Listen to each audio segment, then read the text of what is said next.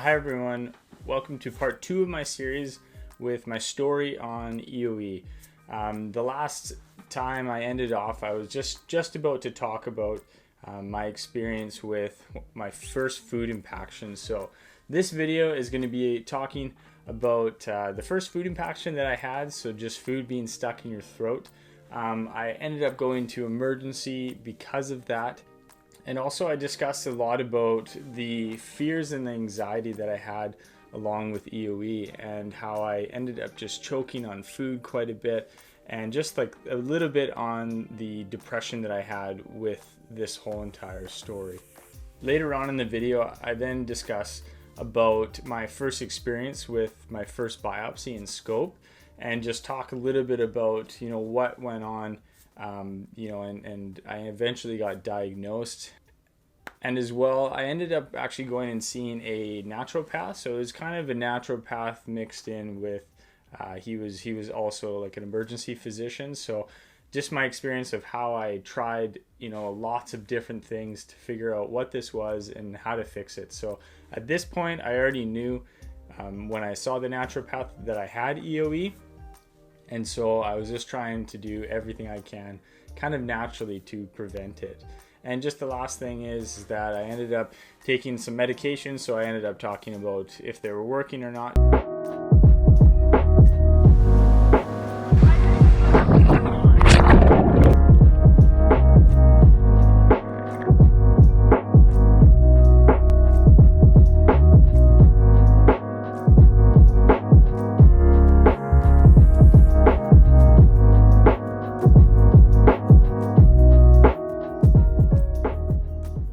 So that kind of brings it to a bit of a turning point now. So I remember sitting at home and I was eating a peach, and we kind of nicknamed this, my wife and I, after. It was Peachy, I guess.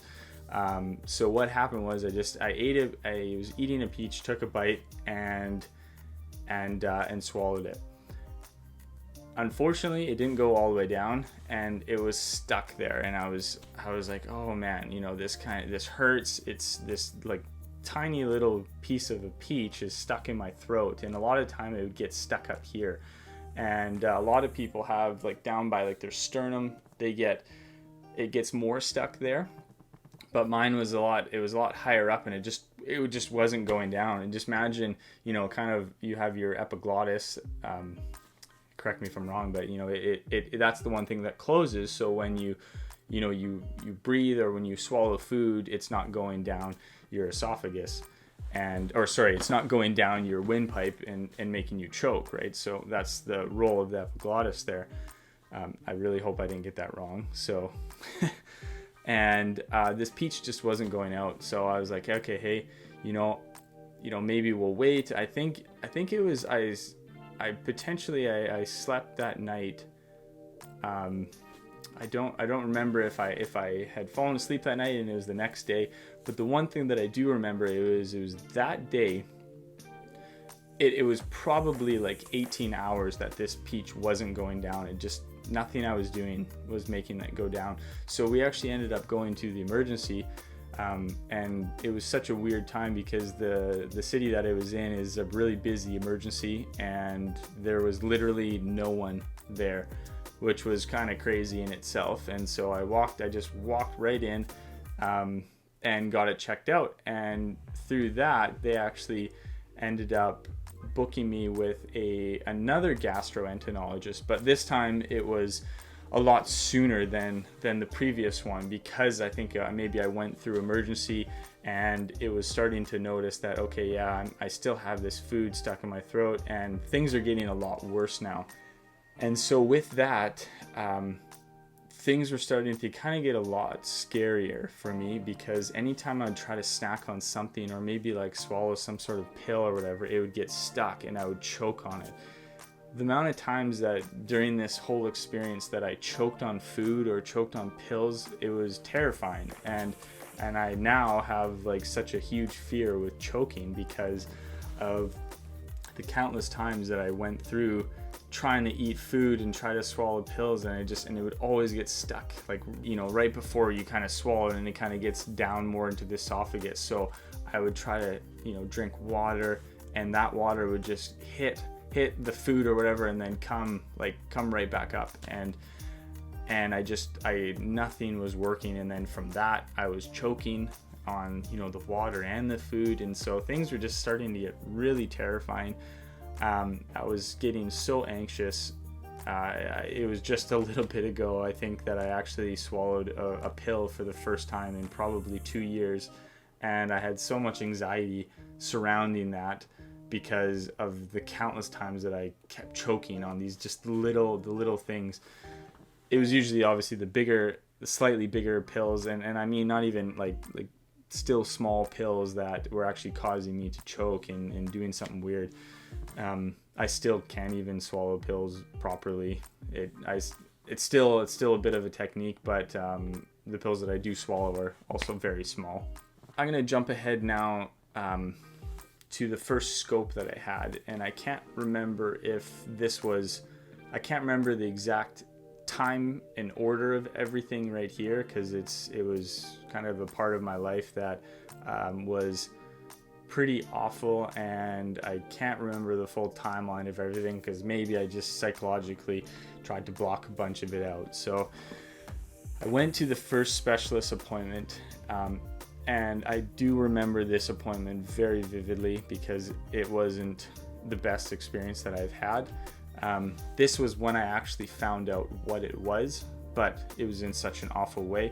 So I went to the gastroenterologist, and you know, I went in there, and basically this is what the procedure in scope is like. So I think you can't have anything that the night before, like no water, no food, obviously. You go in there, and basically they'll put an IV in your arm or your hand. A lot of the time they actually did my hand. Again, for me, it wasn't that big of a deal. Some people are a little more scared of needles. I didn't really care. So you get that done there. You're kind of waiting a lot. You know, they'll ask you a lot of questions about, you know, just every, you know, typical, like, you know, any stuff that you have or whatnot. And basically, yeah, you sit down, and you're laying sideways on a bed before they like put this camera and scope down, and they actually take a biopsy at different points in your esophagus. So they might take one up higher and lower. And the lower one, a lot of time, is to see if actually the stomach acid is coming up and causing, if that's where a lot of the eosinophils are found down here and not up here, then it's a really good sign that it's actually caused by the stomach acid and not maybe an allergy. So if someone has GERD, then that could be a good sign of why it's causing. And a lot of times people in that circumstance, they'll actually have, they're called food impactions, and I think the word is dysphagia. It's just when it just means you have trouble swallowing, but they have food impactions lower down, so it'll kind of feel like a chest pain a bit, and it'll hurt more because the food's stuck there and it just won't go down. But at the same time, you're not choking on something, and that was my problem, is that it always gets stuck up here. I had it, I think, stuck down here maybe a little bit once. I think that was maybe with the peach eventually, but it was mostly up here, and that was the more terrifying part of it. So anyways, you lay down on this table, and what they do is they spray this it's awful. It tastes very gross. There's no two ways around it, but they spray this like liquid in the back of your throat, and basically you swallow it, and it's just a pre-numbing. So it numbs the back of your throat, and it kind of starts to numb down, and it's pretty awful. Again, this experience wasn't the best one. All my other ones after that were totally fine, but this one was really bad because I was still like, it kind of took them a little bit after that to actually sedate me at that point.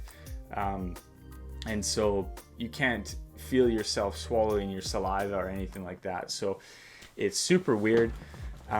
It's not a cool feeling at all, and it lasted a little longer than I wanted it to last. I just wish they would have sedated me faster and I wouldn't have to experience that, but unfortunately they did.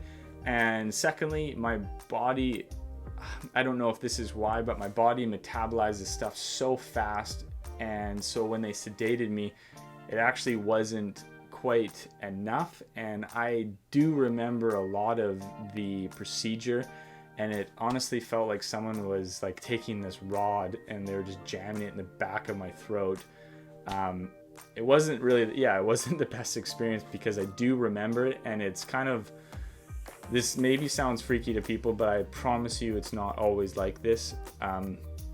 And even I went through this, it wasn't the end of the world. I don't want to like terrify people. It wasn't like the worst thing that's ever happened to me by no means, but it's like the movies where you're kind of paralyzed, but you know what's going on, but you can't do anything about it. Sometimes you have those dreams that you're like trying to wake up from, and you're kind of conscious, but you just can't move your body in a sense. And that's kind of what it was like. It wasn't painful. It wasn't painful at all. It was just really uncomfortable. I remember myself like kind of gagging, and on this scope, this camera that's going down. And so that was a bit of an experience. But like I said, they're not all like that. None of my other ones after that were like that. Sometimes you might have a little memory of the scope itself, but for the most part, you're sedated. You don't remember anything.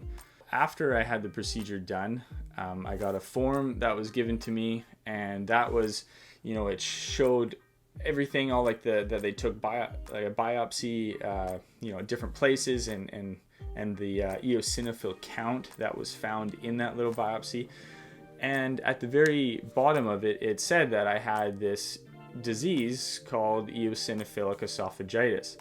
I was never told by the specialist or anyone what even that was or anything, because after you come out of sedation, there's usually like a time period of maybe an hour or 2 hours or something that you have no memory of. It's kind of funny because it's like, and I will be showing videos later on when I kind of go into more maybe detail about the scopes of videos of that. I filmed videos and I'm talking just like this, and yet I have zero recollection of what happened. So it's kind of weird in that way, but it's a pretty crazy feeling, I guess, being put out like that.